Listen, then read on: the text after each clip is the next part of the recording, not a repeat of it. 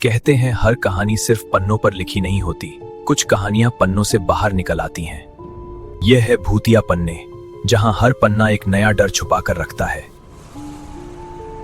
अगर तुम्हें अंधेरे की कहानियां पसंद हैं, जो रातों की नींद चुरा ले, तो अभी सब्सक्राइब करो और बेल आइकन दबा दो, क्योंकि यहां डर बिना वार्निंग के आता है। रात की ट्रेन, धीमी रफ्तार और खिड़की के बाहर भागता हुआ अंधेरा।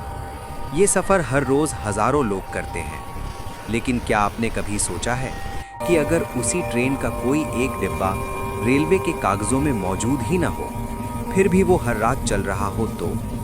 अगर टीटी आपकी आंखों में आंखें डालकर कह दे, आखिरी डिब्बे में मत जाइए, और जब आप वजह पूछें तो वो बस इतना कहे, बस मत जाइए, क्योंकि कहा जाता है कुछ यात्राएं मंजिल तक नहीं पहुंचती और कुछ डिब्बे अपने मुसाफिर कभी वापस नहीं लौटाते।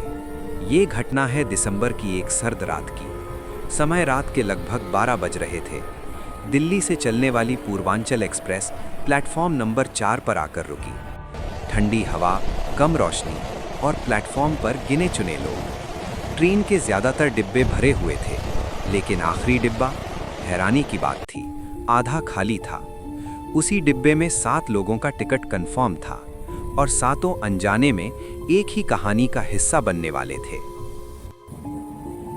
रमेश, उम्र 45 साल, हर हफ्ते इसी ट्रेन से सफर करने वाला। अमित और नेहा, नई शादी, आंखों में सपने और चेहरे पर थकान।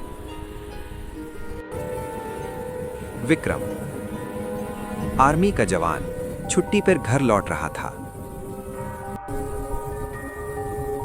शिवनाथ जी, बुजुर्ग, बार बार खिड़की से बाहर झांकते हुए। टीटीई सुहास, जरूरत से ज्यादा शांत, जैसे कुछ कहना चाहता हो लेकिन बोल नहीं पा रहा हो। और आखिर में एक अनजान लड़का, जो सबसे आखिरी स्टेशन से चढ़ा और जिसका नाम किसी ने पूछा ही नहीं। ट्रेन जैसे ही प्लेटफॉर्म से निकली, आखिरी डिब्बे की लाइट 2 बार झपकी। बाहर अंधेरा और गहरा हो गया। मोबाइल नेटवर्क गायब था। शिवनाथ जी बुदबुदाए, ये डिब्बा आज कुछ ज्यादा ही शांत है।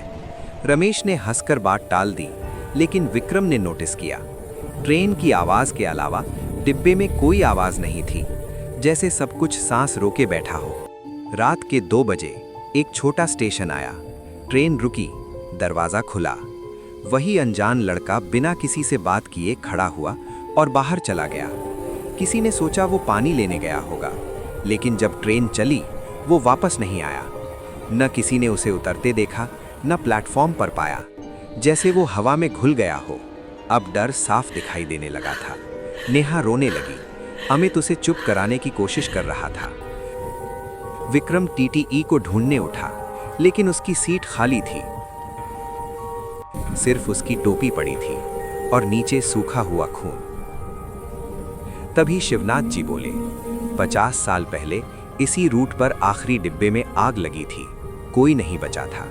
शिवनाथ जी की आवाज कांप रही थी। उन्होंने कहा, उस दिन के बाद ये डिब्बा हटाया तो गया, लेकिन हर रात ये वापस जुड़ जाता है। जो लोग इसमें बैठते हैं, वो उसी आग का हिस्सा बन जाते हैं।